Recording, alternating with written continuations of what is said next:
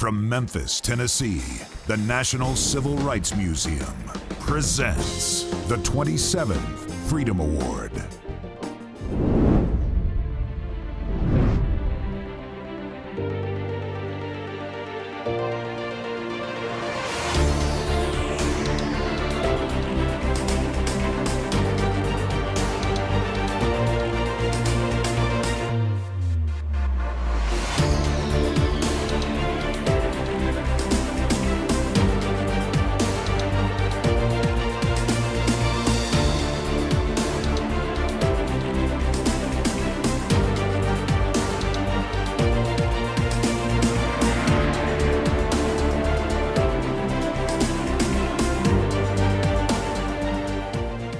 The 26th Freedom Award honors 3 outstanding individuals.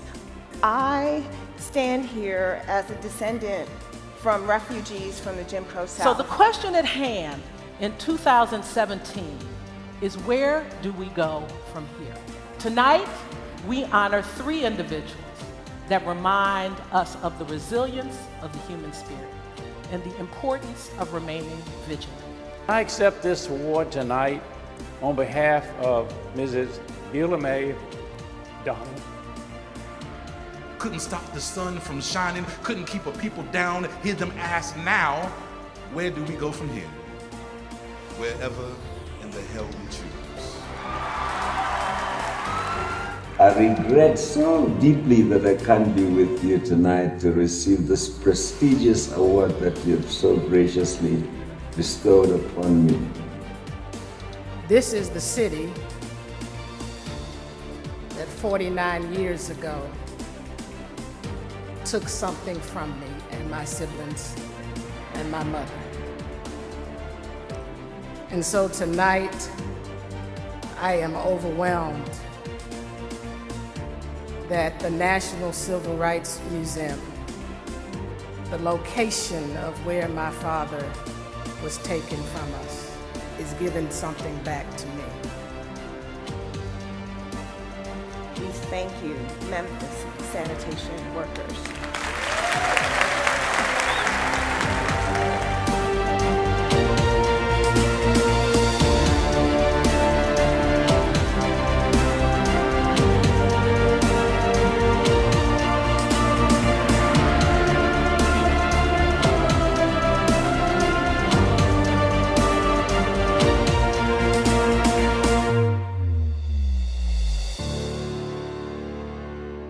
Ladies and gentlemen, Mr. Chris Barnes.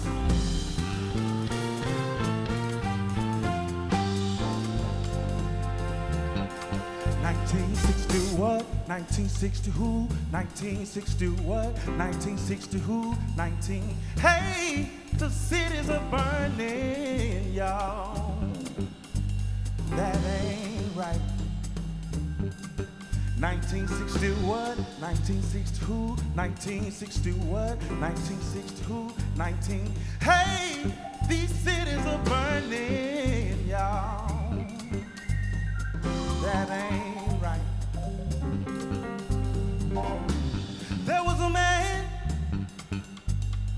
voice of the people, standing on the balcony of the Lorraine Motel. Shots rang out. Yes, it was a gun, was the only one to fall down, y'all. Yeah, that ain't right. Then as people scream, ain't no need for sunlight, ain't no need for moonlight, ain't no need for street lights, cause it's burning real bright. Some folks say we gon' fight, this here thing just ain't right. 1960 what? 1960 who? 1960 what? 1960 who? 19. Hey, these cities are burning, y'all. Yeah, that ain't right. Oh, yeah. Oh, they're burning, yeah.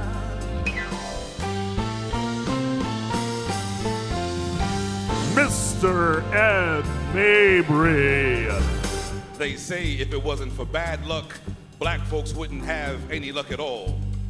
All they left us with was the blues, y'all, in 1968, and now they say they want that too. It must be something about it then, huh?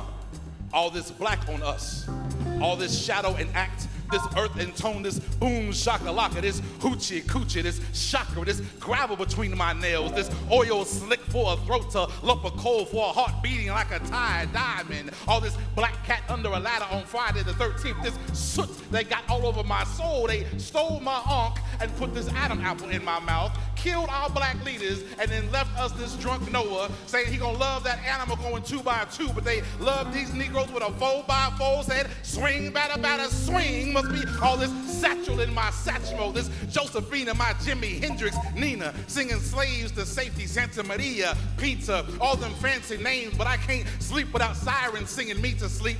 Don't even flinch at the sound of gunshots anymore, like that's a compliment. It must be all this magnificence masquerading as man tan, all this cotton in my club, all this shoe fly and two-step in my shoes. I tried to hide it, y'all, what parts they didn't beat out of me.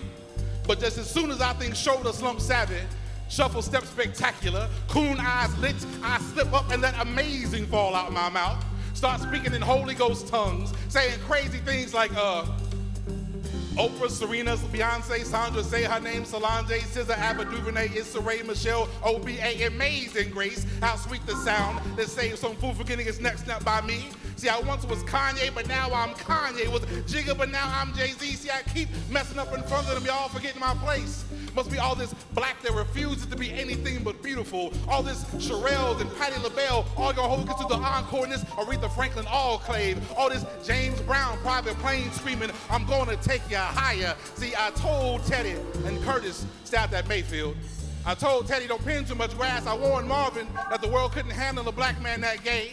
As in happy, as in feel the joy the world didn't give, so the world couldn't take away. As in mercy, mercy me, I tried to play the role of trouble man, y'all, I swear I did. But see, my mama, she tattooed Malcolm on one fist and Martin on the other. Named her belt Mahalia and God for me in the religion of butt-whooping revivals. Said I was born a dollar short and a day late. So squash tomatoes, baby, catch up. Must be all this my ancestors' wildest dreams in my eyes, all this Harambe in my hips, all this Abin Ali in my gait, and this Coochie Chocolate in my kick step that won't let me play, kid. They say it must be bad luck to be born this black and still proud. I say, yeah, there I go again. But this bad black luck is certainly better than no luck at all. In 1960 what? 1960 who? 1960 what? 1960 who? 1960. Hey, these cities are burning down. No, that ain't right. Hey, 1960 what? 1960 who? 1960 what? 1960 who? Hey, this bridge is burning, y'all. Hey, that ain't right.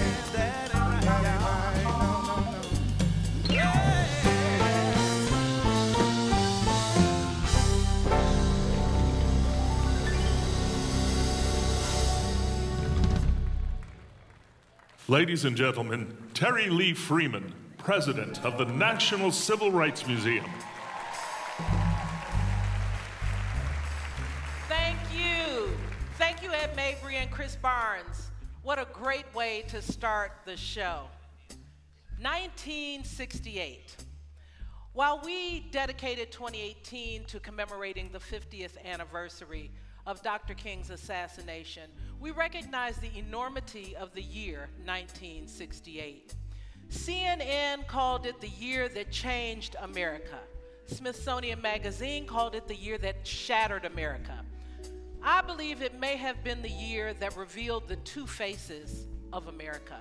It was one of the most turbulent years in modern times, a year when cultures clashed and student protest was commonplace.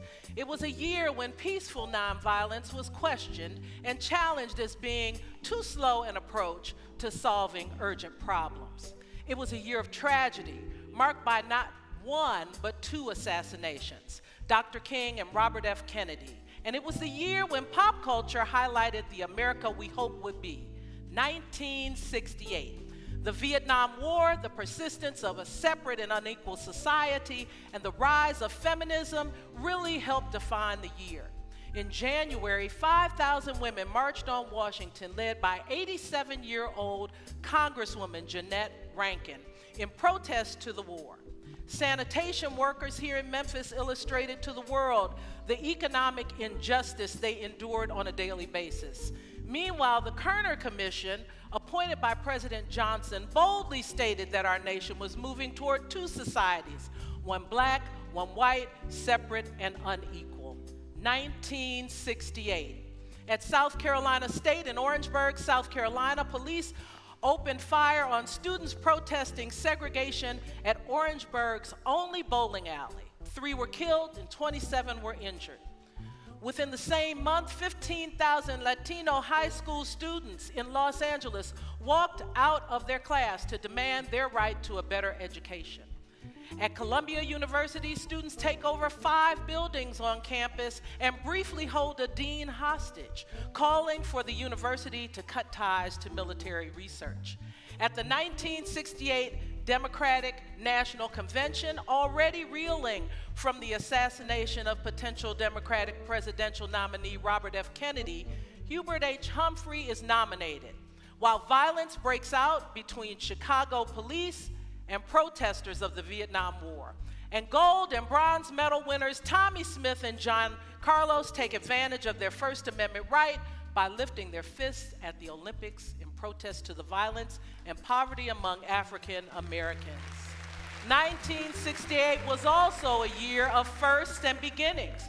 Rowan and Martin's Laugh-In debuted on NBC. Hair opened on Broadway and introduced mainstream generations to sex, drugs, rock and roll, and draft resistance. CBS debuted 60 Minutes, now the longest running news magazine program, and NBC also introduced the first situation comedy, Julia, to star an African-American woman, Diane Carroll.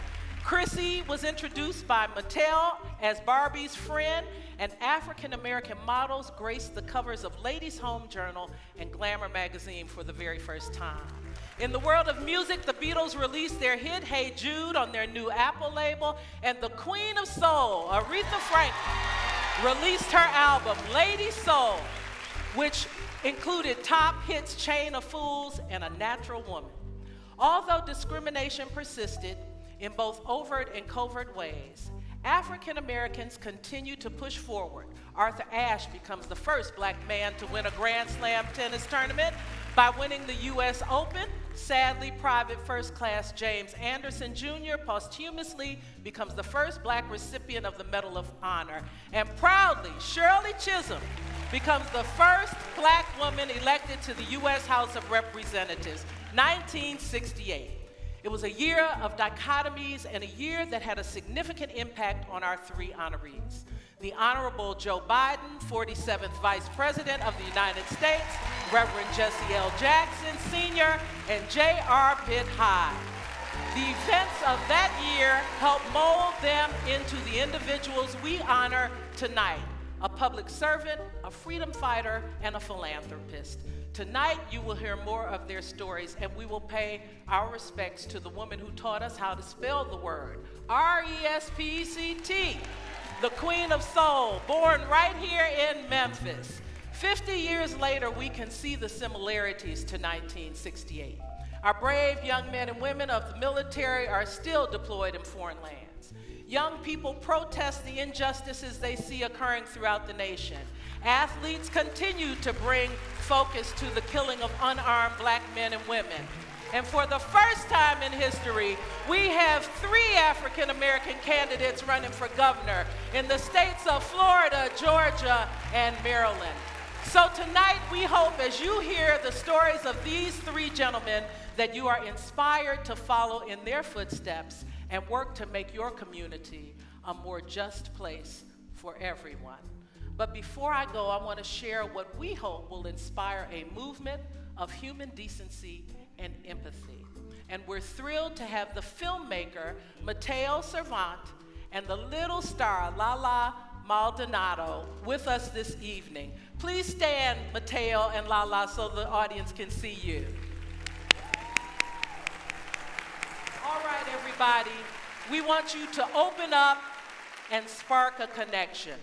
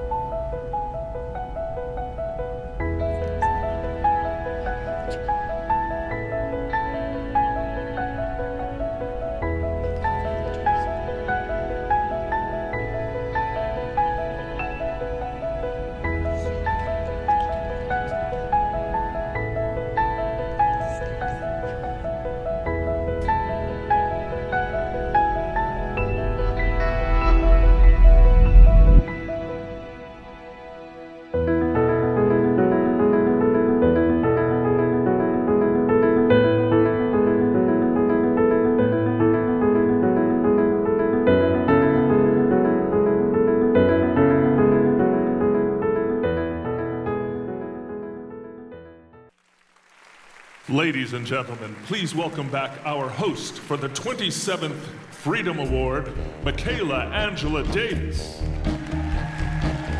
Wow. 1960, what about that opening number? Chris Barnes, Ed Mabry, and Gary going. I'm going anywhere you are, because this band is the truth. The Freedom Award House Band, let's give it up for them. And Terry, thank you so much. That was so inspiring. I know that I needed to feel that. Didn't you all feel good just seeing those images and hearing what happened? Because 1968 did shape a lot of things. Shaped my hair. But you know, in all honesty and seriousness, I've been thinking about this place, about where we are, and that this is a place where we may have lost a king, but we found our soul. And Reverend Jackson today said that this is Calvary, that Memphis is the place where the American soul found itself. Our heart was broken, but something really important happened here. And last year, I felt reinvigorated. I felt like I had come back to the home of soul. And Lord knows, this year, we need to feel this. So I just really want to thank the city of Memphis for holding it, for holding our soul, for being America's moral epicenter. And we can give it up for that. And I love that PSA to remind us to stay connected and spark some conversation. So this evening, we've got 3 great men of service. You can give it up. I heard somebody else say amen back there. There's never too many amens. And speaking of Memphis, Pitt, thank you for supporting the soul of this city.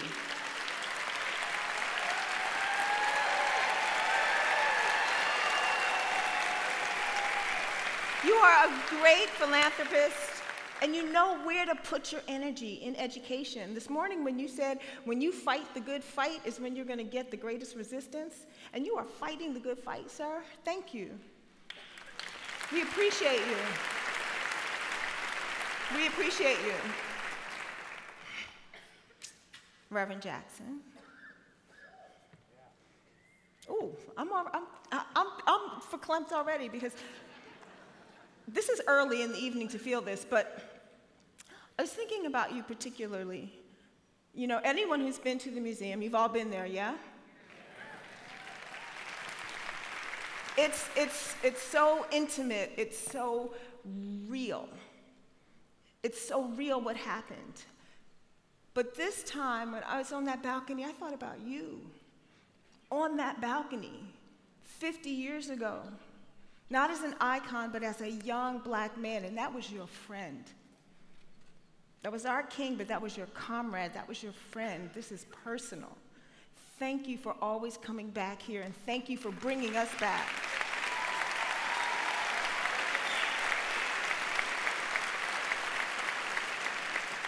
Where's my vice president? Where's my vice president? Yes! Yes!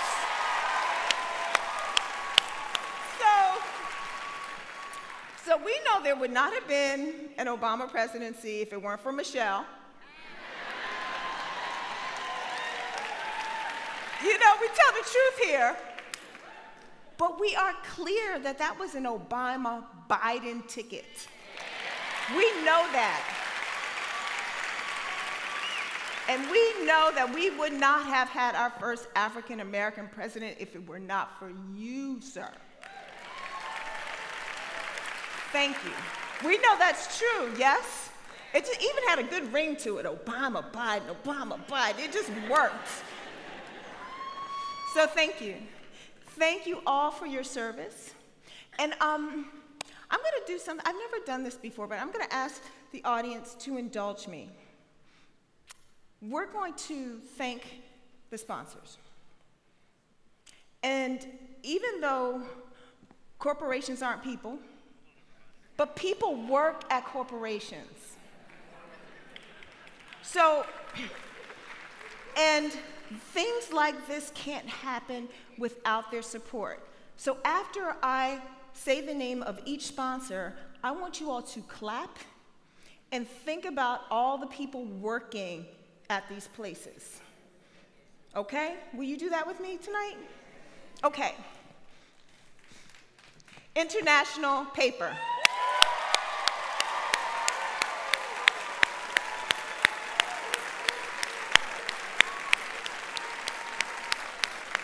All right, this one isn't going to be hard. Hyde Family Foundation.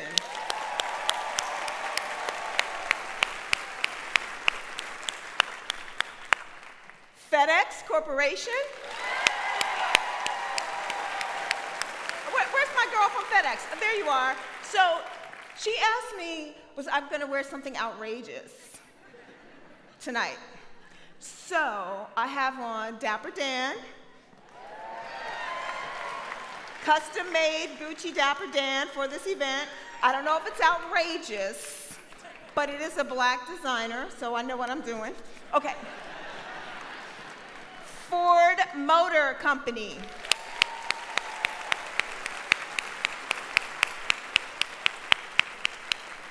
And the First Tennessee Foundation.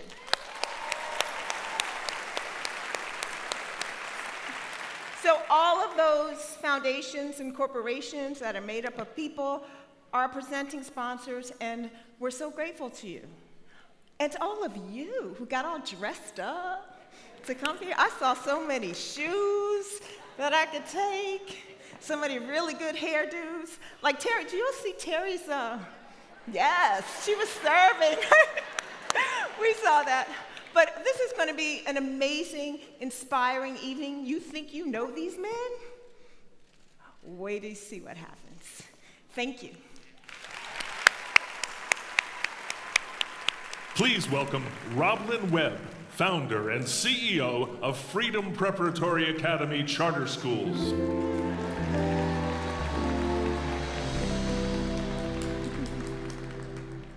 Good evening. Freedom Award honoree J.R. Pitt Hyde is a shining example of how commitment to civic improvement and community engagement can transform a city. He is a philanthropist who does more than write a check. He rolls up his sleeves and gets to work, involving himself and his resources in knocking down barriers to opportunity and empowerment. Pitt Hyde has excelled in business, but also has made his mark in civil rights, committing 30 years ago to help transform a foreclosed motel into a civil rights museum, and has stayed involved ever since. His passion for the well-being of the children in Memphis led him on a journey of determination that every child would have a quality education. I know firsthand what that determination looks like because my schools, Freedom Prep Academy, were born and incubated in the offices of the Hyde Family Foundation.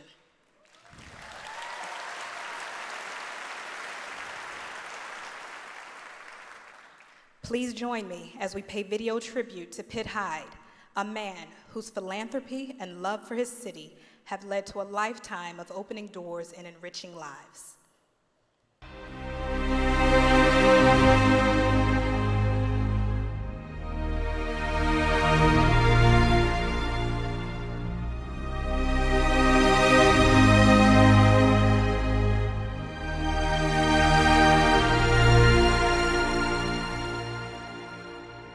J.R. Pitt Hyde is a triple threat, a family man, successful businessman, and philanthropist who has built an impressive legacy.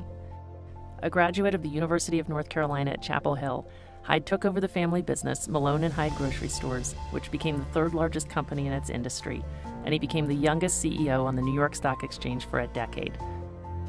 In 1979, he founded AutoZone, which quickly grew to be an industry leader as well. His business life aside, Pitt has also been instrumental in encouraging economic growth in Memphis, founding the entrepreneur-focused Memphis Tomorrow, and leading the effort to bring the Grizzlies NBA franchise to the city. Pitt led his grandfather's foundation before he and his wife Barbara co-founded their own. Together, they pioneered a new brand of philanthropy in Memphis that rewards innovation, accountability, and high-impact outcomes. The Hyde Family Foundation has worked tirelessly in Memphis to improve the lives of its citizens. The intersection of his life and the civil rights movement took place in 1968, the year etched forever in our minds and in American history. It was a turbulent, uncertain time for Memphis. Just a few months after the murder of Dr. King, Pitt met a legend of the civil rights movement in Memphis, Maxine Smith. He was 26, she was 37 and leading a picket of the neighborhood store, his store, and she asked to meet the store owners. It was a meeting that changed both of their lives. They not only resolved the immediate issue, they forged a friendship that lasted until her death. It was through the lens of the civil rights movement that Pitt determined that quality education was the civil rights issue of our time, and in support of it, he utilized a unique brand of high-engagement entrepreneurial philanthropy. It was not enough to write a check. It called for personal involvement, to build bridges and coalitions working for quality education for every child, no matter where they live or who their parents are. To succeed required Memphis aiming high. Pitt set out to be part of a new chapter for K-12 education that would establish his city as ground zero for innovations and breakthroughs for quality education. The work has been saluted by the Gates Foundation, the Obama administration, and national philanthropies, and it continues. At the heart of all he does as a philanthropist is empowerment. It is about empowering children to have better options for their future. It is about empowering citizens to be change agents for a better Memphis. The other values of his philanthropy, collaboration, optimism, courage, transparency, sensitivity, perseverance, and tenacity, can be seen in tangible improvements all over Memphis, from the 21st century's best urban park at Shelby Farms to the Green Line, from the cultural arts to leadership development, from cultivating grassroots leaders to animating the riverfront, from African American cultural riches to numerous educational initiatives. Most of all, it includes the National Civil Rights Museum, a highlight of his 50-year involvement in human and civil rights in Memphis. After the Lorraine Motel was purchased at foreclosure, he agreed to support its transformation into a civil rights museum, and since its opening in 1991, he's been personally serving on the board of directors. During his tenure, the museum built its original museum in 1991 and reimagined and expanded it in 2014. Equally important, it expanded its advocacy and became a voice for the voiceless. Along the way, Pitt has been a stalwart champion for higher expectations, for bolder goals, and for a city that inspires the rest of the nation in its commitment to human and civil rights 50 years after hate silenced its drum major. Pitt Hyde's steadfast and unwavering focus on his hometown has been a philanthropic current that flows through the life of Memphis and mobilizes the city for the work that lies ahead. Dr. King said, "Life's most urgent question is, what are you doing for others?" For 50 years, the life of Pitt Hyde has answered that question unequivocally. Pitt and his wife Barbara have 5 children: Margaret, Beau, Alexander, Susanna, and Claire. I'm Wendy Kopp, founder of Teach for America, and someone who has seen firsthand the transformational impact Pitt and Barbara have made in the lives of Memphis's children, on the strength of Memphis's community, and through their example on our nation at large. We're proud to present the Freedom Award to Pitt Hyde, cultural philanthropist and champion of educational opportunity.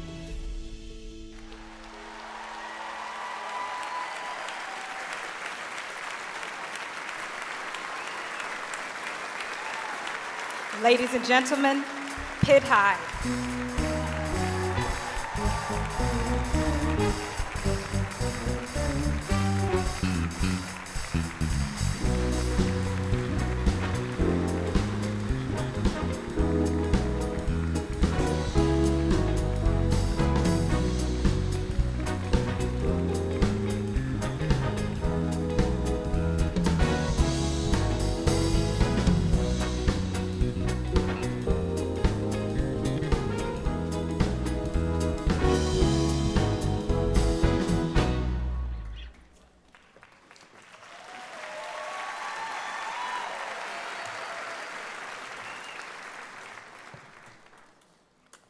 Thank you, Roland, for that great introduction and for your deep impact on our city. I am a lifelong Memphian, and the Freedom Awards remind me every year what is so special about my hometown. It is the destination to speak the truth, the redemptive power of equal rights that flows from the Civil Rights Museum, and the willingness of ordinary people to become extraordinary in their pursuit of the American dream for each and every one of us. I am fortunate to have been involved with the museum since the days when it was only an idea.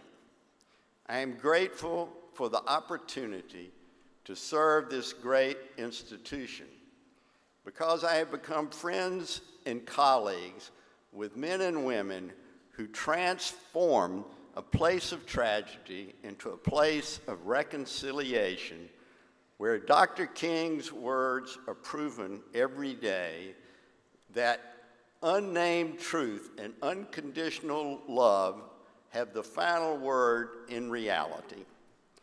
There's no award that means more to me than this one, because I'm honored and humbled to be included among my heroes like Nelson Mandela and the Dalai Lama. Even more, I'm honored to join my cherished friends, Maxine Smith and Ben Hooks, who have also received this award.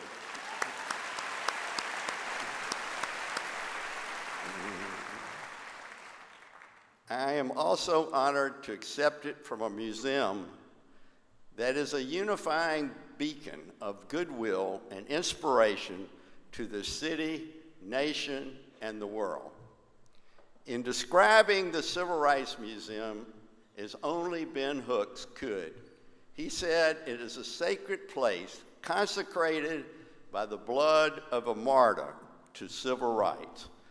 The mission has never been simply words on a sheet of paper. Rather, the mission is real and alive. It belongs to every American. The theme for tonight's program is simply a year, 1968.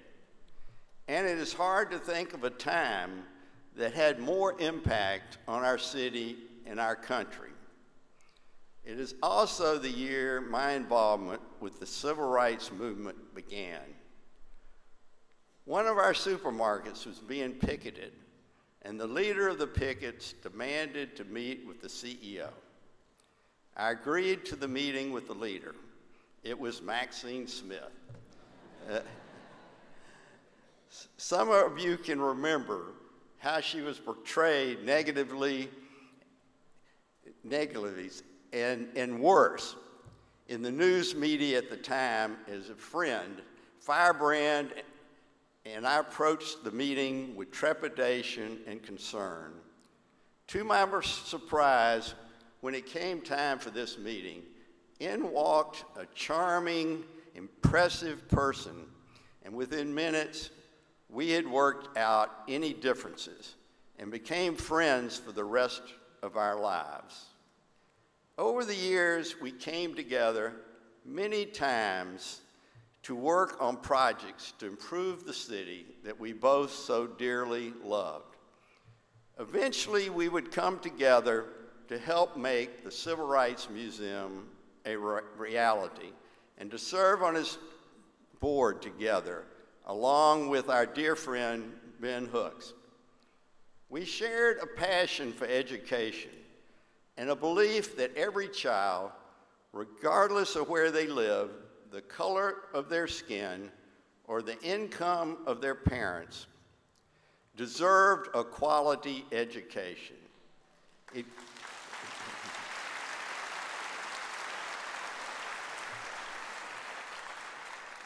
It came to define Maxine's service as a longtime member of the school board, and it became a top priority for Barbara and me at the Hyde Foundation.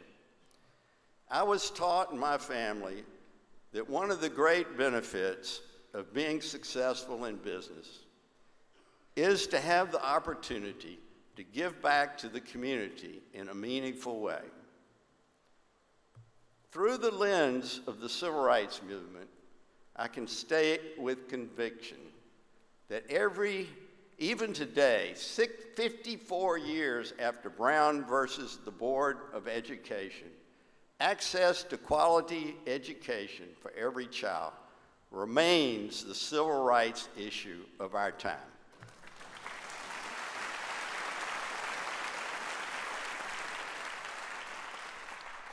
And when I say every child, I mean every child. Poor circumstance in life or an accident of birth should never assign any child to a poor education, when it is the key that opens the door to opportunity and economic independence. This is the unwavering belief for Barbara and me in our work at the foundation. It is both our responsibility and our moral obligation as individuals and as a city to reaffirm our commitment to the principle that our liberal democracy cannot flourish as long as a large number of our historically underserved students face barriers to a quality education. It is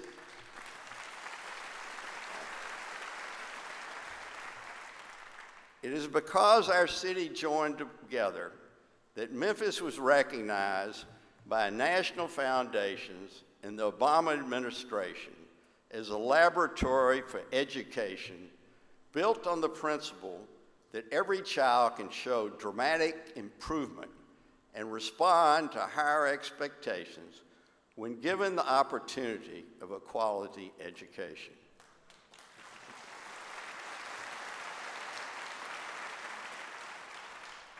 For us, the other side of the same coin is personal empowerment, the ability of individuals to solve their own problems, control their own destinies, and become citizens for a renewed Memphis. Together, we are making progress, as it's shown by the fact that Tennessee is one of the fastest improving states in the country for student outcomes. Yeah.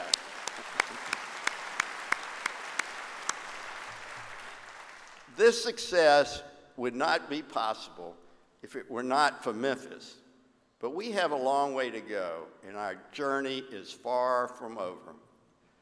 As I often say in our foundation work, if it were easy, someone else would have already done it. This is not easy, but anytime we look into the eyes of a student in a Memphis classroom, we know that it's the right issue at the right time for our city and its future. We must persevere. In closing, I accept this Freedom Award on behalf of all Memphians who care deeply enough about this great city to get personally involved, particularly our school leaders, teachers, parents, and students who prove to us every day that our dreams can be realized when we join hands to fight for the future of every child. Thank you.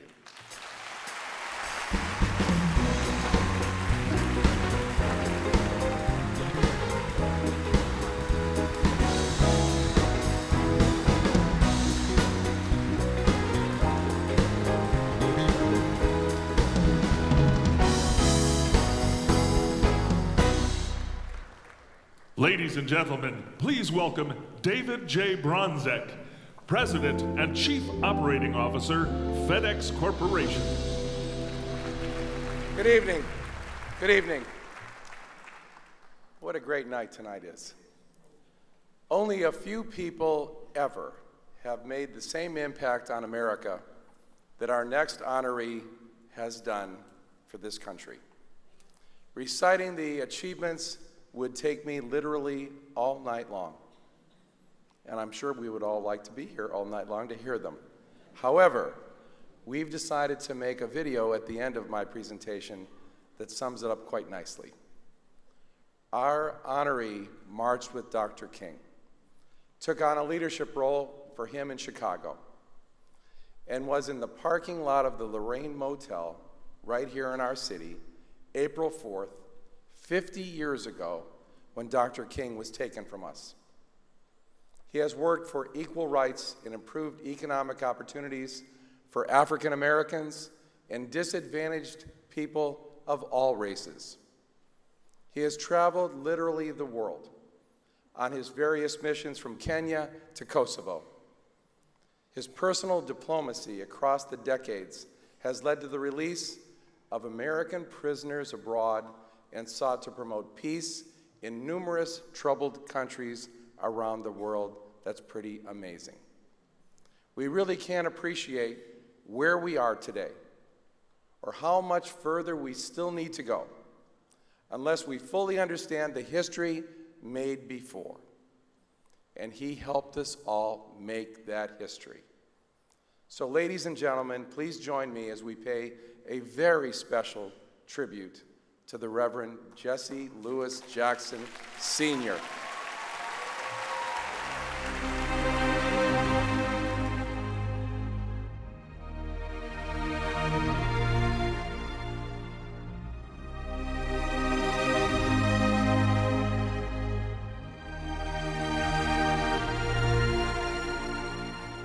Reverend Jesse Lewis Jackson has been called the conscience of the nation and the great unifier. He is one of the foremost civil rights, religious, and political figures of our time. A testament to the depth of his work is evidenced by the highest civilian honors in two nations, the Presidential Medal of Freedom awarded in 2000 by President Bill Clinton and the National Order of the Companions of the O.R. Tambo awarded by the South African government in 2013. Born on October 8, 1941, in Greenville, South Carolina, Reverend Jackson was a standout athlete. After turning down the Chicago White Sox, he enrolled in the University of Illinois on a football scholarship. He later transferred to the North Carolina A&T State University and graduated in 1964. He was awarded the Rockefeller Foundation Scholarship to pursue his theological studies at the University of Chicago's Theological Seminary, but deferred completion one semester shy of his graduation to begin working for Dr. Martin Luther King Jr. as organizer for the Southern Christian Leadership Conference's Operation Breadbasket. A part of Dr. King's inner circle, Reverend Jackson was at the Lorraine Motel on April 4, 1968, when Dr. King was assassinated. Refusing to be disheartened by his mentor's death, Jackson became one of the most prominent civil and human rights activists. In 1971, he founded Operation PUSH, People United to Serve Humanity, in Chicago to focus on economic empowerment and expanding educational, business, and employment opportunities for the disadvantaged and the people of color. In 1984, Reverend Jackson founded the National Rainbow Coalition, based in Washington, D.C., devoted to political empowerment, education, and changing public policy. In 1996, he merged the two organizations to form the Rainbow Push Coalition. Reverend Jackson's two presidential campaigns broke new ground in United States politics. His 1984 campaign registered over 1 million new voters, won 3.5 million votes, and helped the Democrat Party regain control of the Senate in 1986. His 1988 campaign registered over 2 million new voters, won 7 million votes, and helped boost hundreds of elected officials into office. In 1991, he was elected Senator of Washington, D.C., advocating for statehood for the nation's capital and advancing the Rainbow Agenda at the national and international levels. Reverend Jackson has acted many times as an international diplomat in sensitive situations. In 1984, he secured the release of captured Navy Lieutenant Robert Goodman from Syria and the release of 48 Cuban and Cuban-American prisoners in Cuba. He was the first American to bring home citizens from the United Kingdom, France, and other countries held as human shields by Saddam Hussein in Kuwait and Iraq in 1990. In 1999, he negotiated the release of the United States soldiers held hostage in Kosovo. On November 2, 1985, Reverend Jackson delivered a major address at the 120,000-strong demonstration in London's Trafalgar Square to protest apartheid in South Africa and called on the South African government to free Nelson Mandela. He appealed to the British Prime Minister, Margaret Thatcher, to drop Britain's support for apartheid. In 2003, people in cities all over the world marched to prevent the invasion of Iraq by the United States. Reverend Jackson delivered the keynote address in London's Hyde Park at the world's largest anti-war rally with over 1 million people in attendance. A hallmark of Reverend Jackson's work has been his commitment to youth. His push for excellence, educational programs, was featured on 60 Minutes, and for more than 40 years, he has visited thousands of American high schools, colleges, universities, and correctional facilities, encouraging excellence, inspiring hope, and challenging young people to study diligently and stay drug-free. From Asia to America, Jesse Jackson has worked tirelessly to mediate labor disputes between labor and companies worldwide. He married his college sweetheart, Jacqueline Lavinia Brown, in 1962. They had 5 children: Santita, Jesse Jr., Jonathan, Yusef, and Jacqueline. Just 1 year ago, Reverend Jackson rode along on a plane that FedEx donated to bring 150,000 pounds of hurricane relief supplies to Puerto Rico. He stayed there to help distribute the supplies. He has been a friend to FedEx and a personal friend of mine, someone for whom I feel a great deal of admiration. I'm Dave Bronzek. It is a personal and deep honor for me to present the Freedom Award to the Reverend Jesse Louis Jackson.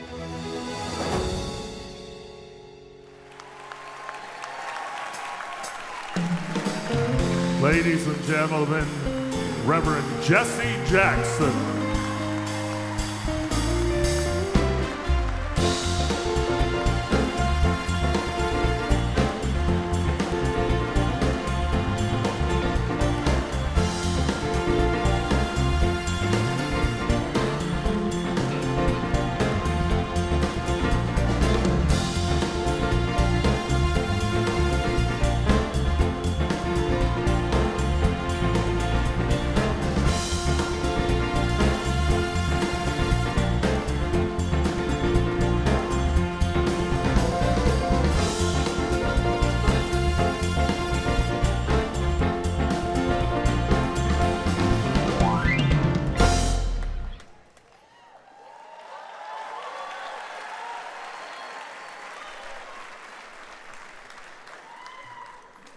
be in Memphis on this occasion, the special joy and the special pain. My relationship to this city is not at all academic, it's real, burned in my soul. Next year, 2019, will have been 400 years since our journey and sojourn began in this country. Memphis was a stop along the way. I want to express my thanks to the president of FedEx, the sponsor tonight, in a very special way for our vice president. Don't take Joe Biden for granted. People like Joe don't come in bunches like grapes. Give it up for Joe Biden.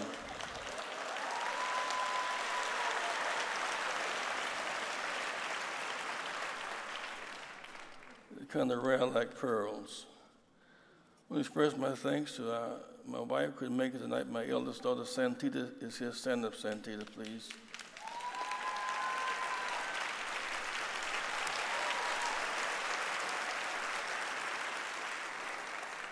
Challenged by Board Bishop Henry Williamson. Bishop, please stand with your pink cap on.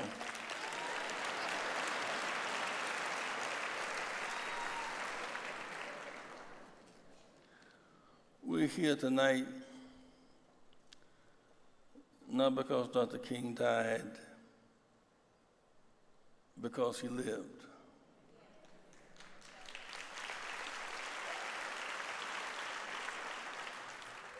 I was with him on his last birthday, January 15th, 1968. We didn't know it would be his last birthday. He convened whites from Appalachia. I'll be speaking at Appalachia State tomorrow. Blacks from Deep South, Mississippi, Alabama, North, South Carolina. Native Americans, Jewish allies from New York. A Poor People's Campaign, preparing to go to Washington, if necessary, to go to jail, to shift our focus from killing in Vietnam to healing at home. But as the time went on, the focus on ending poverty. We found it difficult to get our arms around poverty. It can be such an elusive term. Within 2 workers were killed here in Memphis. Garbage workers were killed here. Dr. King's response was, that's the issue. Working poor people. Most poor people are not black. The female, they're young, but whether white, black, or brown, hunger hurts. Most poor folks work every day, but don't earn enough money to make a living. They're more mouth than money. So if you're working and can't afford health care, you're working your way into poverty. You're working and can't afford to send your child to college, you're working, you're way into poverty. He talked about the dignity of the garbage man. Without his work, without her work, the germs would be on the streets. The doctors could not do surgery. Teachers could not teach. People could not breathe without the work of the loaded garbage worker. He looked toward the day when they could come home on a Saturday night and take their bath, put on their clothes and go to church on Sunday and then go to see their child graduate from school. I got to go to Memphis, he said. We got a call from Reverend Lawson and Reverend Billy Kiles. His focus was on poverty, not on dying, it was on poverty. Poverty, racial polarization, and peace over the expensive, unhonorable wars. Tonight, the focus remains on poverty, racial polarization, and peace over unwinnable wars. You focus on early voting. What would he be doing tonight? What would he be doing tonight? He would be focused on early voting, which began in Tennessee today. He'd be celebrating the light that came to Shelby County in the last election. If in fact, if this room were pitch dark and there were no lights, one candle would challenge all the darkness. The power of light. A lot of darkness coming out of Washington these days, a lot of darkness. attacking the women, then mimicking them, darkness, attacking journalists, saying they're a threat to democracy, sending them up to be hurt and killed, darkness. Babies locked up in cages on borders as a strategy to deter immigration, darkness, attacking our neighbors to the north and Canada, the south and Mexico, Germany and Britain, darkness, attacking NATO, giving a comfort zone to Putin, darkness. And yet, when it's darkest, you see the stars more clearly. It's dark, but there's O'Rourke in Texas. There's a light coming out of Texas.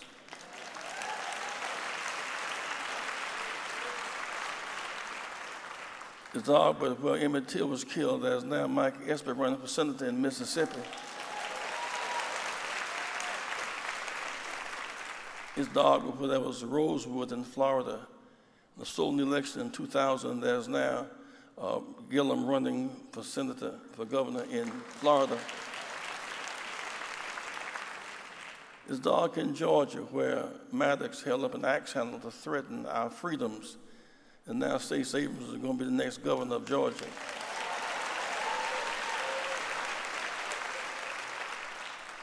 Dark in Maryland, where President delegates escaped to, but Ben Jealous is running for governor and leading the polls. Give it up for Ben. Our strength has never been the White House, always been the lighthouse. Memphis has never gotten its fair deal in this analysis of this season. Memphis is the capital of the Delta. This is where Sam Cooke left Clarksville, Mississippi, and came to Memphis. B.B. King left Sunflower County and came to Memphis. This is where the Appalachian coal miners and the cotton pickers of the Delta find common ground. Something special about Memphis. And while we as Christians appreciate the role of Bethlehem, our redemption comes from Calvary. The resurrection does not take place far from the crucifixion. Atlanta is not the King's Bethlehem, but Memphis is his Calvary.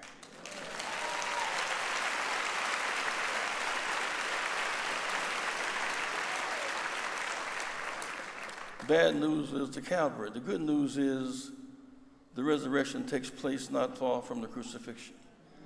There's something magic about if workers in the Appalachian Hills, coal and iron workers, those who picked the cotton in the Delta, and those that came down that river on slaves, if workers in this region would find common, if the resurrection power lifts up Appalachia and Arkansas and Tennessee and Mississippi, the whole South changes, the whole world changes. There's something magic about this place.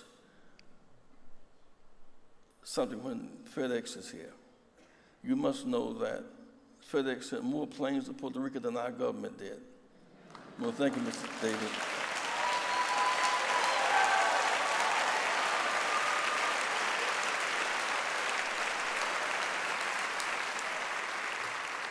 And I join a close on this note.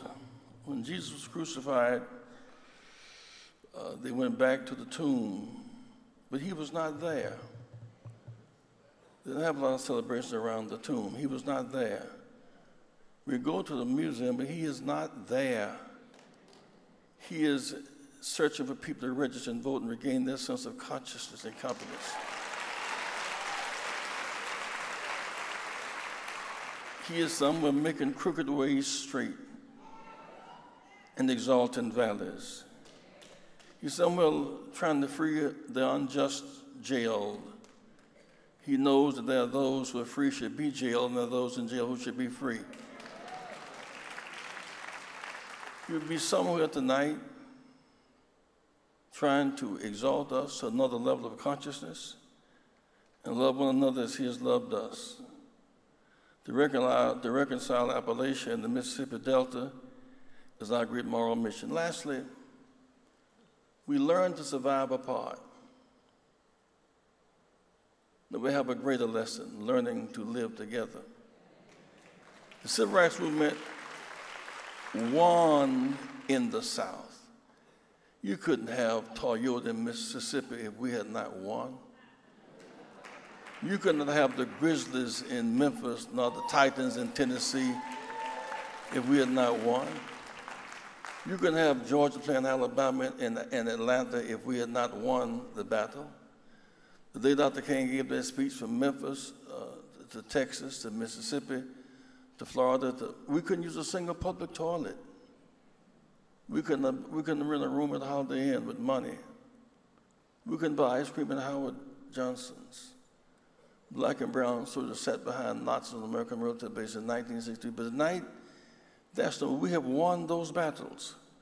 And so I say to you tonight, don't give up, and don't go weary of well doing. There is still yet a great kingdom to go open. Every time I think about the balcony in Memphis and Lorraine, the balcony in Lorraine, the balcony at the White House 40 years later. Dr. King crucified on the balcony here, and Barack and Biden resurrected on the balcony overlooking the Potomac in Washington, D.C.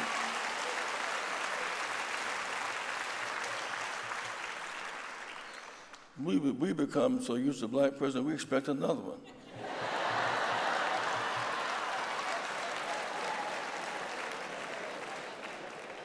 And so don't give up on the faith. I've been blessed to be a long-distance runner. I went to jail July 1960 trying to use a public library in Greenville, South Carolina. And I've seen a lot in my life and time, having gone to jail 58 years ago. And every star is a joy to me because your stars give you your stars, give you your stars. I thank God for this journey. The doctor said to me a few days ago I had the Parkinson's. It is a crippling, challenging disease, and yet with prayer and faith and medicine and work, there's nothing one cannot overcome.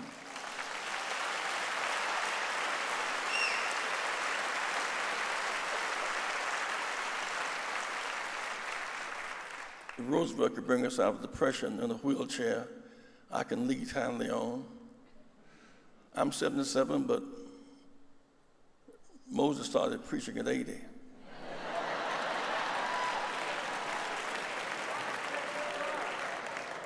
And in this life and times, I've seen an awful lot in my life and times. I saw Mandela at Robbins Island, convicted wrongly and go to jail for 27 years. Marched behind the casket of Medgevers. Marched behind the casket of Dr. King. Saw the Great Wall of China. In South Africa, the day Mandela was set free. Watched Barack Obama installed and inaugurated he and Joe Biden lead our country from the depths of a depression to higher heights. I've seen a lot in my life and time, but my spirit leads me to feeling good about tonight because in all I've seen, all the places I've been, I have never seen the righteous forsaken. Not that seed beg for bread. God bless you.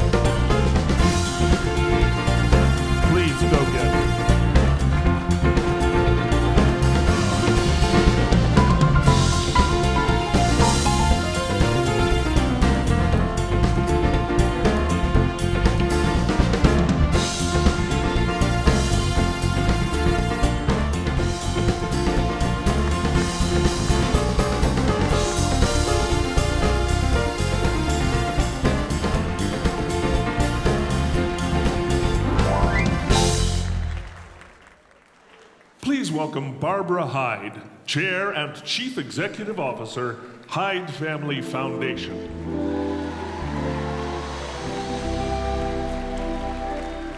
Good evening. What do you call a man who embodies all of the following: love of family, commitment to the highest principles, and a lifelong dedication to public service. You call him the Honorable Joe Biden.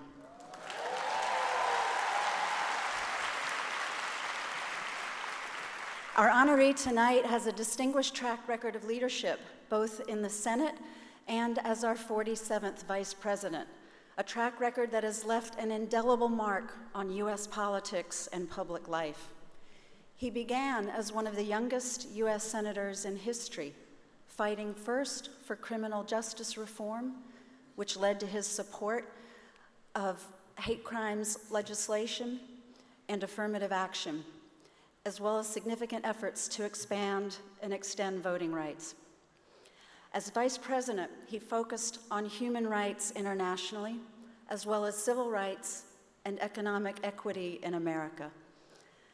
To create a more equitable society, he wrote, it's about freeing the soul of America from the constraints of bigotry, hate, and fear, and opening people's hearts and minds to what binds us together. Tonight, we pay tribute to the Honorable Joe Biden.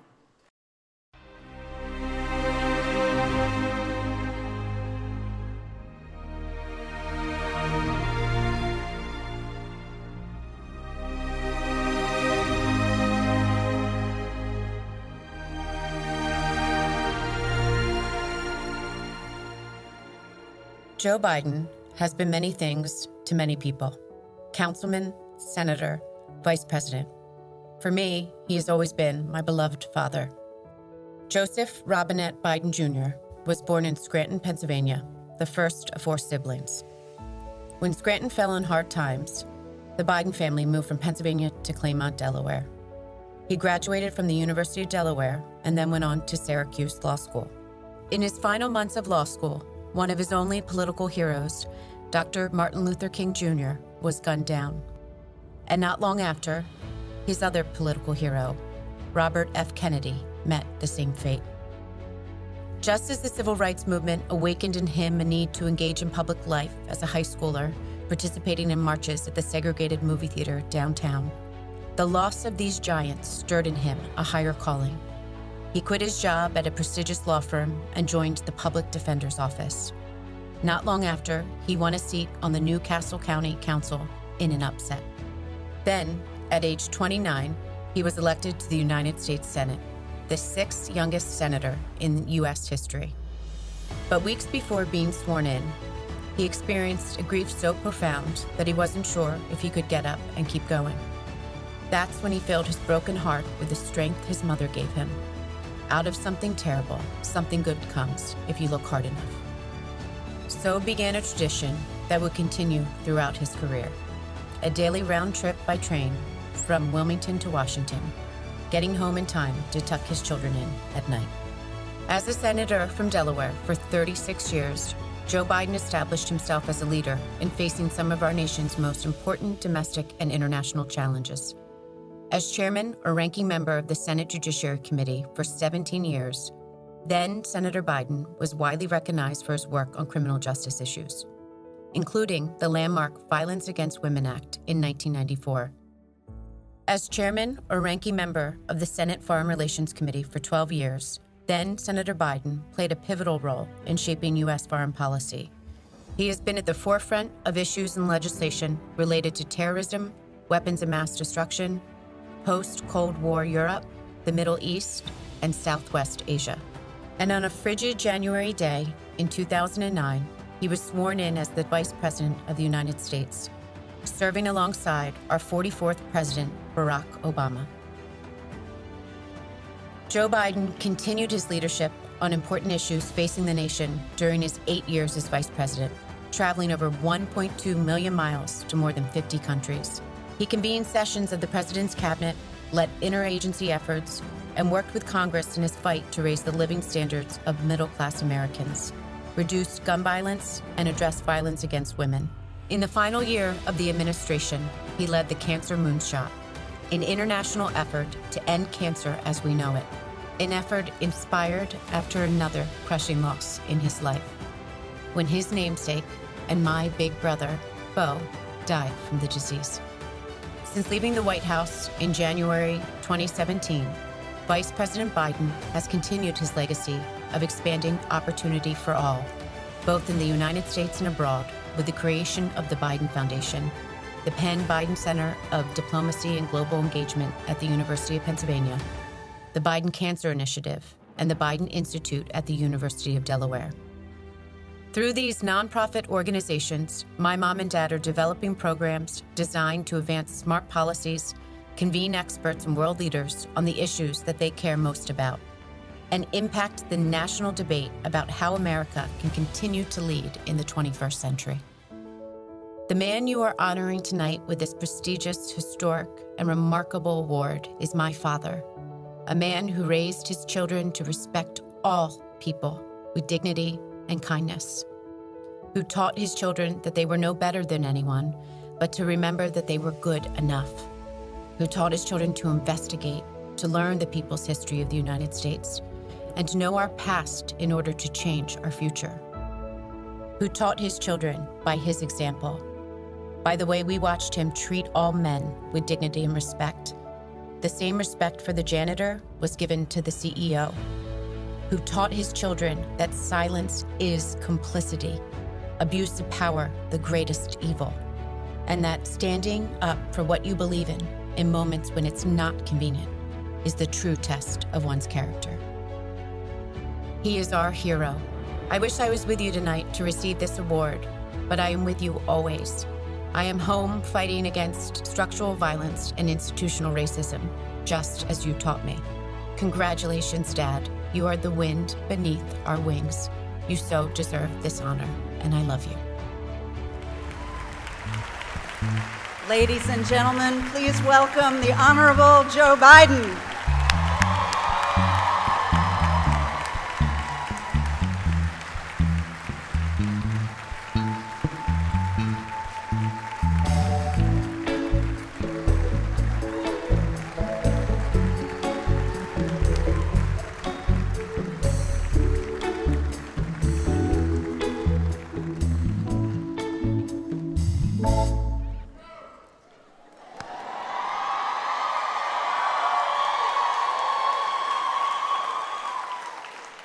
My name's Joe Biden. I'm Joe Biden's husband and Ashley and Hunter's dad.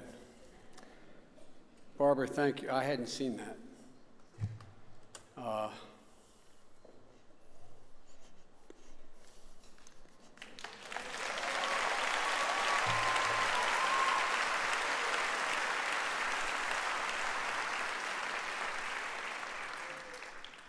Because of the jobs I've had since I've been a kid, I've received a lot of honors, many of which I did not deserve, including this one.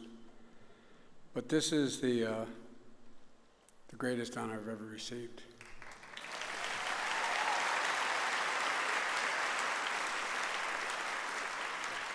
And I don't want to get emotional in front of Jesse, so I gotta.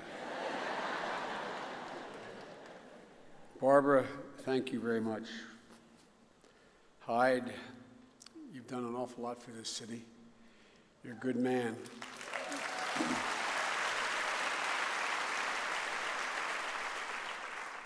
And my good friend, and he is my good friend, Jesse Jackson, who stood here, right here in Memphis, as he said. That brings a lot of pain and a lot of joy at the same time. Jesse and I campaigned all over Iowa one year, and we spent a lot of time in the stage. We became good friends. I remember one time I was in a place called Storm Lake. It's up in the northern part of Iowa, fighting for the nomination.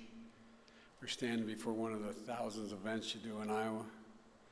I got called to get up and make a speech. Jesse got called to go up and make a speech. He reached over and took my speech and delivered it. I got up literally afterwards, as Jesse remembers, and I delivered his speech verbatim. I knew it. Because we've never had any real differences. I honestly wouldn't be here without the education I received from the civil rights leaders in my state, all of whom Jesse knows. Jesse knows my state well, the state of Delaware, Reverend Moyer and all the guys that brung me to the dance. Louis L. Reddy, the first African-American member of the United States, of the state of Delaware's legal society. A guy named Mousy Smith, who ended up being head of the, he's head of the NAACP now, but I represented him when he was a kid as a public defender, and he was the president of Longshoremen. Theophilus Nix, and Jim Gilliam, and the Reverend Maurice Moyer, who marched alongside Dr. King. I'm a practicing Catholic, always have been, but I received my public education as the only white employee in the largest inner city swimming pool in the summer in the middle of the projects, and not a joke, not a joke. And in the pews of Reverend Moyer's church, and that's not hyperbole. It took a long time. I thought I knew. I'd always been moved by the civil rights movement because I moved from Scranton, Pennsylvania, less than 1% African American, to Delaware, which is the eighth largest black population in America as a percent of population, a city that's over 50% African American. But until I worked in the East Side as the only white employee, I didn't realize, until I met guys I played ball against all the time, Jess, and Jamie Rolls, a whole lot of great athletes. Spencer Henry, who beat Henry Carr indoor on the 220, which is nobody's done. But I didn't realize that they lived in the middle of a white society and didn't know anybody white. I didn't realize when Jamie Rolls asked if I had a jerry can, one of those big, great 5-gallon, 10-gallon cans for gas. I said, no, I don't have one. Jamie, what the hell you need that for? He said, going to see my grandmom in North Carolina. You know, we can't stop, Joe. We can't stop for gas. I learned a lot. I learned a lot. The two things that helped me most in my career, I used to stutter very, very badly and overcame it and realized what it's like to have an impediment. And working on the East Side and realizing that men who went on to do great things, all those guys I work with, the impediments that they dealt with. They helped me prepare for public life and understand the stakes, at all the stakes that are involved for all our communities. I owe a personal debt to these leaders and the legacy that lives in this extraordinary museum I just went through for the second time. It's it's largely the lives outside that museum, too, and every American, on every American street, and every American community that was changed. I'm here to tell you that, once again, we need your energy. Once again, we need your leadership. Once again, we need your renewed commitment to civil rights and civil justice. Because much of what you fought for, and I played a small part in fighting for, and much of what you've accomplished is under siege now. Like no time since I've been involved in public life.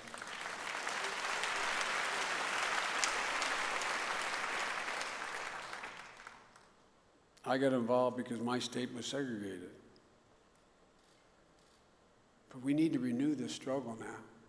We need to renew the fight. Because when it comes to freedom, equality, racial justice, hope often travels on the same track as hate. We saw that long trail of hate last year in Charlottesville, Virginia. I ask this in all sincerity. Did you ever think we'd see that again, Jess, in America? I didn't. We watched as Klansmen, white supremacists, supporters like David Dukes and the neo-Nazis, skulking out of the dark rooms and digital hideaways and fields, carrying torches, chanting the same exact anti-Semitic bile that was chanted in the streets of Nuremberg, Munich, and throughout Germany. These are the same lost souls who've long stained our history, who call refugees animals, push for policies of ripping infants from their mother's arms at our borders, set up camps in the middle of the desert to house more than 1,000 young people taken from their parents, and use the oldest trick in the book that charlatans use. Any problem you have, America, anything you got left behind on, it's because of that immigrant, because of that African American. He or she is the source of all your troubles. It's being used today in Europe and other parts of the world as well by scoundrels. Forces we thought we had buried, fights we thought we had won. They're lashing back. Once again, testing our humanity, our decency, with the same old tactics. They represent one of the oldest and most insidious forces in America. Are we really surprised they returned as I think about it? I suspect I shouldn't have been. Just as we were in Montgomery, Selma, Memphis, and so many other times and places, we're once again living through literally a battle for the soul of this nation. That's literally what's at stake. Not Democrat, Republican, a battle for the soul of America. And that's why, although Barack and I said we were going to give this new administration an opportunity to stand up and have a chance like W gave us a chance, after Charlottesville, I could not remain silent any longer. And I wrote an article for Atlantic Magazine entitled "In the Battle for the Soul of a Nation." And that's where we are. The difference today is that we have an American president who's publicly proclaimed the moral equivalence between those marching out of the fields and those who confronted them. Good people in both groups. Good people. David Duke, the alt-right, the president who has emboldened racists with a message of comfort and support. And our children are listening. No. Our children are listening. And our silence is complicity. This is the moment. This is the moment to declare what he won't. That there's no place in America for hate groups. There's no place. That we choose hope over hatred. We choose inclusion over fear. But it would be a mistake to assume that the only threats to our dignity today are those who chant out slurs and carry torches. There's a much broader attack underway, an attack on the moral fabric of America. Multiple efforts, multiple affronts to our community and our common dignity. Ramped up attacks on civil rights and civil liberties. These same rights that the movement, the civil rights movement, fought so hard to establish are basic American rights. I'm talking about the right to vote, voter ID laws, and other schemes to take away that franchise. These attempts, at their base, are nothing other than a naked attack on the dignity of all Americans. A court system that sanctions and seems ambivalent about equality and the balance of power between people and corporations, about the Voting Rights Act itself. I'm talking about the assault on working class people and middle class people, and the need to reestablish, this time, a more inclusive middle class. You know, my dad used to have a saying. We moved from, if you listen to Barack, you'd think I climbed out of a coal mine in Scranton, Pennsylvania with a lunch bucket. My dad was a white-collar, well-read man, a high school educated man, but when coal died in Scranton in the 50s, there was no work, so my dad moved to Delaware. He made the longest walk any parent has to ever make, and many of you have had to make it, up a short flight of stairs to a child's bedroom to say, honey, I'm sorry, you can't go back. You can't go back to Cooper School. You can't stay in the Little League team. Daddy doesn't have a job. Mommy doesn't have a job. We're going to have to move. My dad made that walk at my grandpa's house where he had to leave us for a year. But he used to say when we moved to Delaware, and all my siblings heard it, and this is not hyperbole, every time someone in the family or extended family would lose a job, he'd say, Joey, remember, a job is about a lot more than a paycheck. It's about your dignity. It's about respect. It's about your place in the community. And then he'd end by saying it's about being able to look your child in the eye and say, honey, it's going to be okay.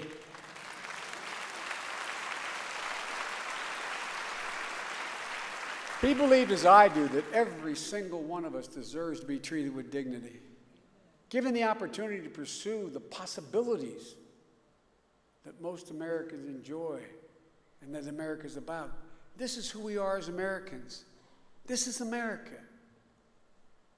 You know, the columnist Davis Brooks said, society can be organized in three ways: religion, tribes, or ideals. America is unique among all countries. It's not nativism I'm talking about. It's unique among all countries. America is organized around an idea. It's the one experiment in all of human history. Or you can't define an American for me based on race or religion or ethnicity. You can't do it. You can define it only by the ideals we all say we subscribe to. We hold these truths self-evident. All men are created equal, endowed by their... We don't always live up to it, but we've never given up on it as a government. It's central to the promise of the civil rights movement. So let's not forget who we are. Dr. King was when he was assassinated, he was here in Memphis, supporting sanitation workers who were striking for a decent wage, better working conditions. They had trouble coming home. They said, I'm a man. They had trouble coming home and looking their children in the eye and say, everything's going to be okay. Folks, they were stripped of their dignity. But I know that we can reestablish, once again, what that columnist David Brooks calls the invisible moral fabric that holds up a society that's now being shredded by so many of our leaders. I'll conclude by saying I've been around a long time. I've held a lot of offices. I've been on the national stage since I've been 28 years old. I come from a very modest background. I'm always referred to as the young idealist, or now, every time you read about me in the White House, I was the White House optimist, like I was the new guy. I've been there longer than all of them, but I was optimistic and still am, because I know the history of the journey of America, and I'm not naive. When I came home after graduating from Syracuse Law School in 1968, I had a great job, as my daughter referenced, one of the oldest law firms in Delaware. I got admitted to the bar in January of '69. My city had been burned to the ground, big parts of it. Only city since the Civil War, occupied by the military for 10 months with drawn bayonets. Jesse knows this because he knows all the people in my city. Dr. King was assassinated. As my daughter points out, my only other political hero, the day before I graduated, Bobby Kennedy was gunned down. Can you imagine that happening today, where we'd be? If the putative nominee of a party was shot dead the day before? It was in January. I left this prestigious law firm. And I used to go down to the train station in Wilmington, Delaware, along the Amtrak line, because they used to bring the people they arrested down there as a public defender to represent these folks. And I wondered then, can we ever make it right? Can things ever get better? Because as you saw from the original film, 68 was a climactic year, and 69 didn't get a lot better. Remember Kent State, Jesse? Bucolic campus, all white kids. Not just black kids, all white kids. 4 shot dead in broad daylight by the National Guard. 9 seriously wounded. And so I wonder, could it ever change? But 40 years later, to the month, I found myself in January of 2009 standing on that platform, overlooking East Lake, and you've been there, Jess, in the south side of Wilmington, where the ashes were still fresh when I was a public defender, looking over the same part of the city which had been burned to the ground. Standing with my son, Beau Biden, who's now passed away, who's the Attorney General of the state of Delaware, the most popular politician in the state, including Barack and me, and that's not a joke. The year he won, we won, it said Biden dash Beau, most popular politician in Delaware. And it made me proud. My son, Hunter, the smartest kid I know, who's a grown man who was head of the Save the World program, the Food for Peace in the American section. My daughter, who runs a criminal justice reform group. And I'm standing with him. All of a sudden it hit me, Jess. Here I was waiting for a train to come from Philadelphia on the 17th of January, carrying a black man who was about to pick me up. And we were jointly going to take a 124-mile ride to Washington, D.C. to be sworn in as President and Vice President of the United States of America.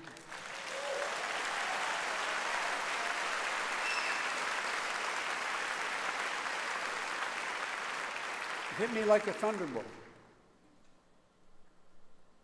So don't tell me we have to accept where we are.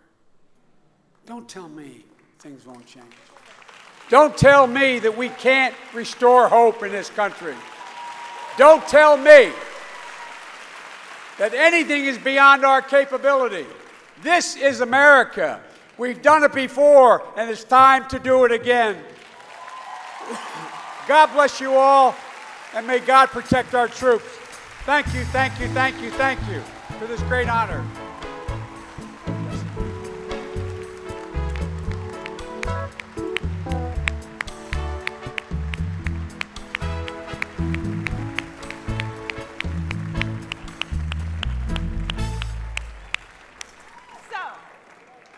A bold, bodacious, brilliant, bad woman once said, "We all require and want respect. Man or woman, black or white, it's our basic human right." She said this too. Music does a lot of things for a lot of people. It's transporting for sure. It can take you right back, years back, to the very moment where certain things happened in your life. It's uplifting, it's encouraging, it's strengthening. And here's one more. I sing to the realist, people who accept it like it is. I express problems. There are tears when it's sad and smiles when it's happy. It seems simple to me. But for some people, I guess feeling takes courage. That, y'all, was Aretha Franklin. She's had many hits, but Respect was one of her biggest. It was released in 1967, and it was originally written and performed by Otis Redding, but when Aretha got it, you know, when black women get something, we make it an anthem. And it became the anthem for civil rights and feminists everywhere. And we thank Aretha Franklin for raising our consciousness through music, getting us told and telling us what to do at the same time. That's Aretha. Ladies and gentlemen, Pamela Alexander, Director of Community Development, Ford Motor Company.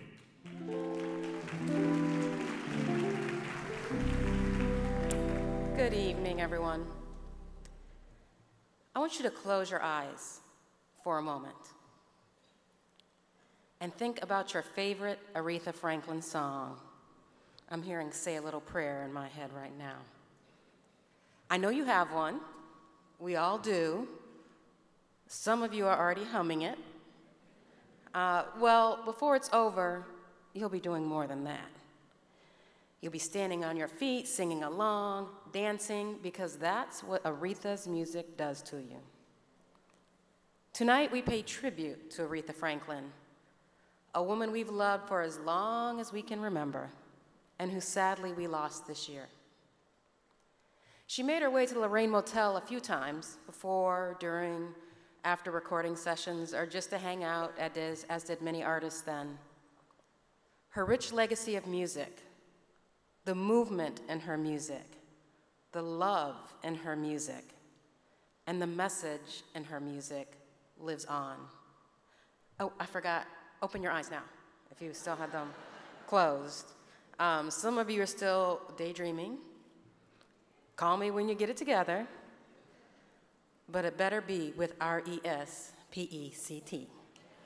So please join me for the tribute to the Queen of Soul, Aretha Franklin.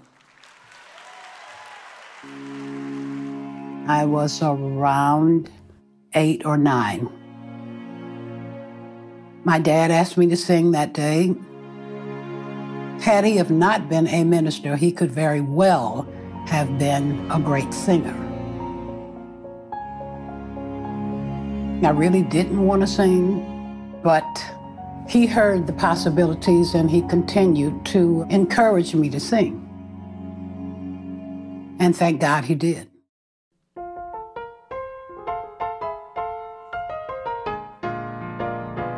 You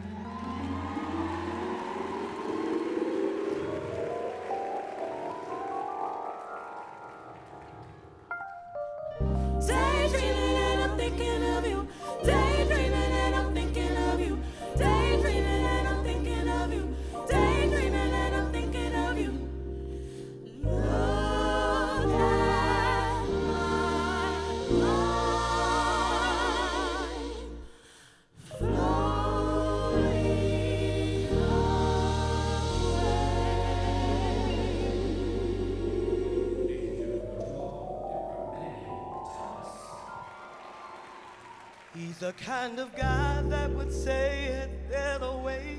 Let's go somewhere where I don't care. He's the kind of guy that will give you everything and trust your heart, share all your love till death do you part. I wanna be what he wants when he wants it and wherever he needs it. And when he's lonesome and feeling downhearted, I'll be there to please him. Loving him a little bit more each day. He turns me right on when I hear him say, hey baby, let's get away, let's go somewhere. Baby, can we? Where I don't care. Hey baby, let's get away, let's go somewhere. Baby, can we? Where I don't care.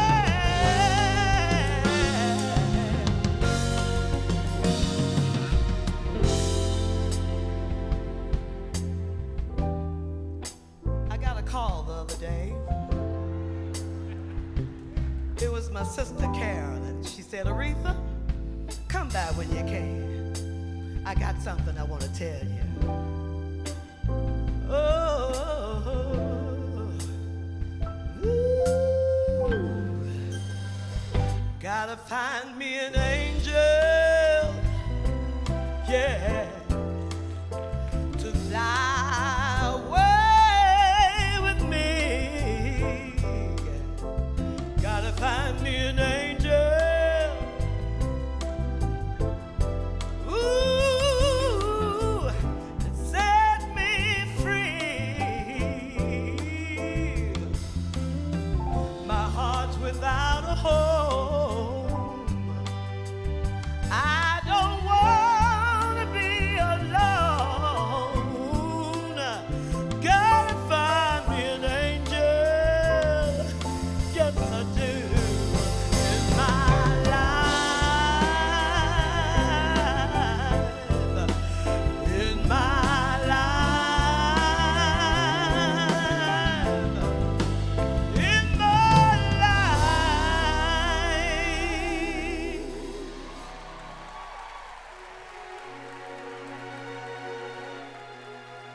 Ladies and gentlemen, would you welcome Karen Brown? Oh, baby. Oh, baby.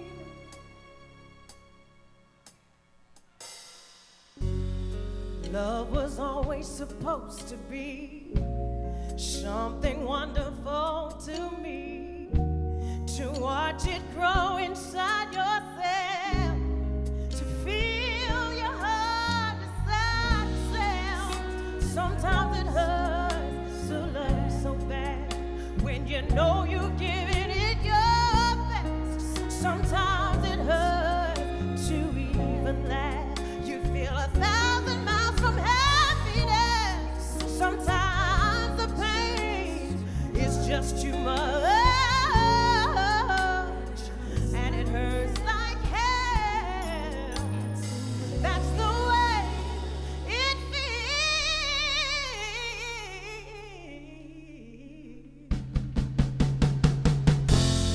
Hey!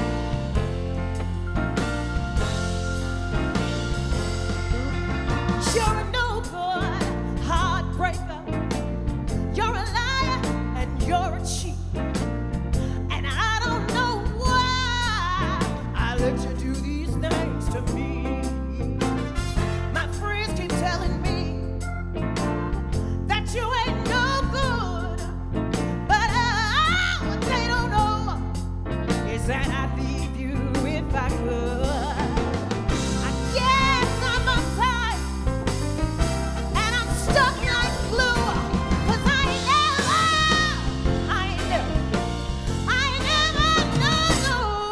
loved a man the way that I love you. I can't sleep at night and I can't eat a bite. I guess I'll never be free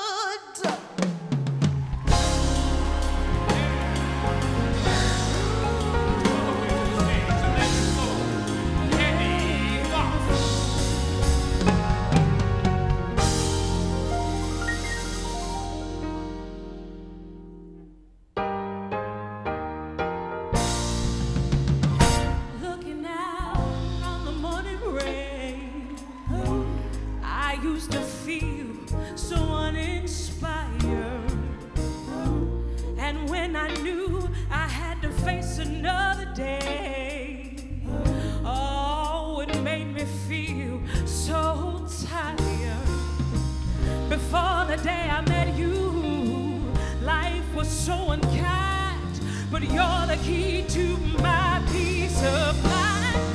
'Cause you make me feel, you make me feel, you make me feel like a natural woman. Oh, baby, what you done to me. Babe, you make me feel so good inside. And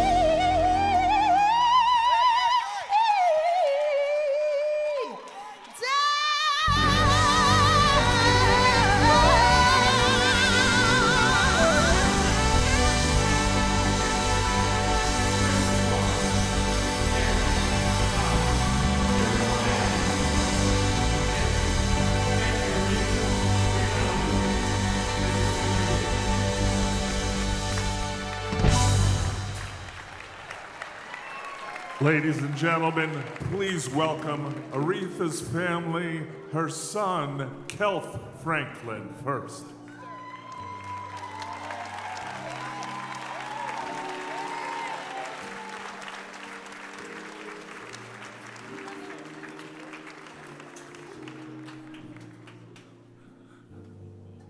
We also have Jordan Franklin and Victory Franklin. Thank you.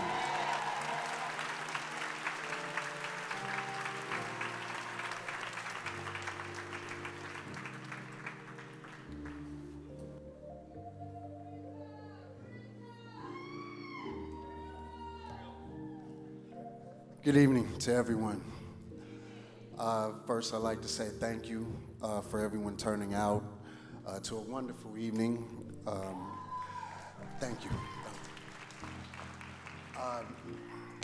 First, I would like to thank the president of the Civil Rights Museum, Ms. Terry Freeman. Please give it up for her.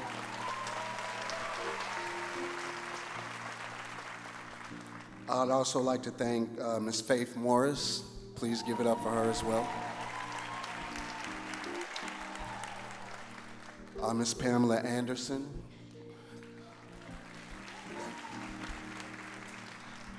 And all of the performers tonight, please give them a wonderful round of applause.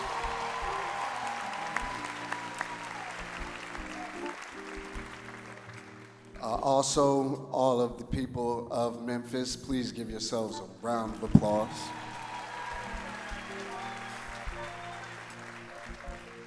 And in conclusion, I'd like to say congratulations to all the honorees tonight. Thank you.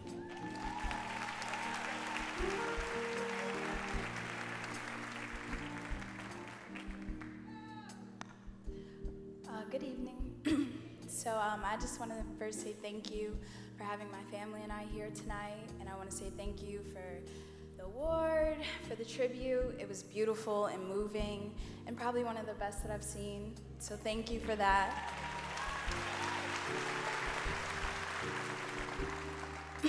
So these last few months have been very hard, obviously, but it's crazy because I've grown so much in these last couple months, and I see myself becoming more and more like my grandmother every day, and that's a beautiful thing for me.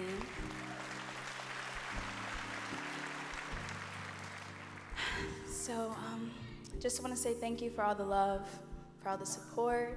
We see it, we appreciate it, and it really means the world to us, so thank you.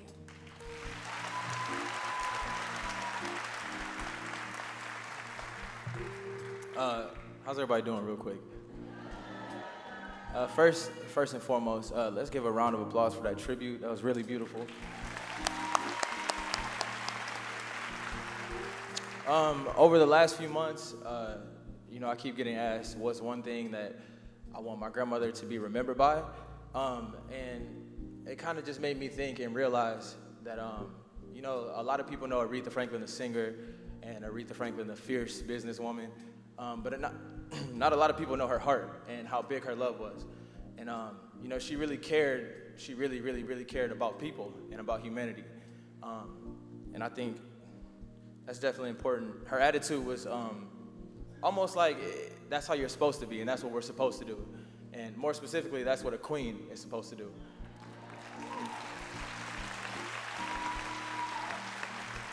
And she definitely lived that title to the fullest. So long live the queen. Thank y'all.